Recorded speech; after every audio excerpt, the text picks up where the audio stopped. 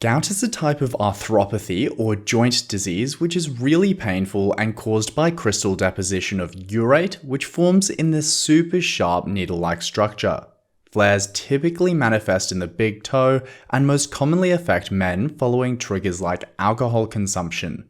Its pathogenesis revolves around urate, which is a metabolite of purines. Remember, DNA is made up of nucleotides with 4 different bases: adenine, guanine, thymine, and cytosine. The first of these 2 are purines. Now when they're broken down, they turn into urate, and as levels increase, urate begins to supersaturate. This means it starts precipitating into crystals because it's just too concentrated. Therefore, the causes of gout are really just the causes of hyperuricemia. From first principles, this means causes can be divided into urate overproduction and urate underexcretion. Overproduction is caused by the consumption of purine-rich foods, which I remember with salt, seafood, alcohol, and meats like lamb and turkey. But it's also caused by disorders involving high cell turnover, like malignancies. Underexcretion is caused by poor renal elimination due to fat drugs, furosemide, aspirin, and thiazide diuretics, and because of poor fecal excretion, which is mostly determined by genetics.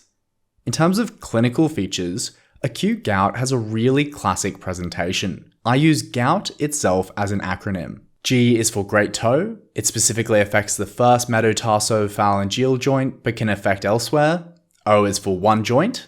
Gout is typically monoarticular, so you should consider other differentials if multiple are affected. U is for ultra fast. Patients can often pinpoint the onset of an attack to the hour because it's often ultra painful too. Finally, T is for tophi. Over time, uric acid crystals form growths around the joints. They are visible under the skin, looking like swollen hard nodules, and are a sign of chronic gout.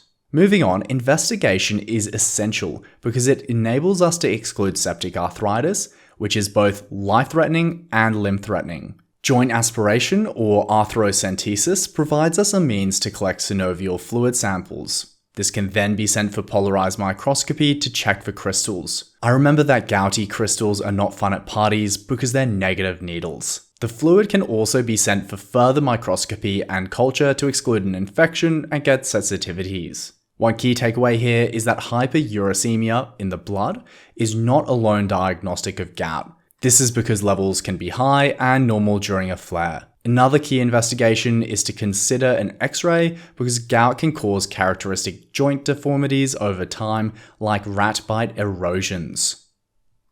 To manage acute gout, you have 3 main options to pick from: prednisolone, which is a steroid, indomethacin or some other type of NSAID, or colchicine, which is an anti-mitotic drug. My K here stands for keep other drugs the same. Do not try and start or change prophylaxis during an acute attack of gout. On that note, urate-lowering therapy is recommended for all patients who have had a confirmed diagnosis. First line is allopurinol, which can be augmented with probenecid if it's not doing the job.